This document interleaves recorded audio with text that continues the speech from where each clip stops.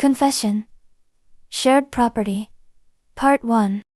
There is a particular chapter from my past that I rarely share, mostly because it remains one of my most thrilling private memories. It takes place back during my late teens, when I was dating my first serious boyfriend, Leo. Leo's father was an incorrigible charm, offensive the kind of confident, handsome older man who flirted shamelessly with everyone, including my own mother. Despite his reputation, I found his boldness incredibly captivating. The spark between us finally caught fire one evening when Leo and I were making out in his bedroom. I was uncovered from the waist up and sitting on Leo's lap when his father suddenly walked in. We both froze. Instead of rushing to cover myself, a sudden thrill took over, and I stayed exactly as I was.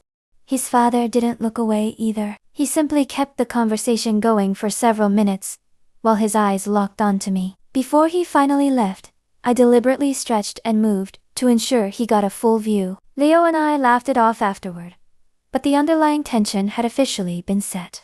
A few days later, the boundaries blurred further. I was alone in the kitchen, wearing a tank top and tight booty shorts when his father walked in. As I leaned over the counter, he playfully patted my backside, murmuring, "Even better view from behind."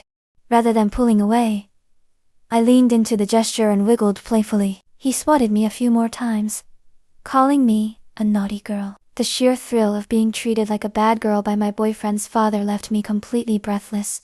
Over the next week, this tension evolved into a secret routine brief, stolen moments of heavy petting and lingering touches whenever Leo was out of the room.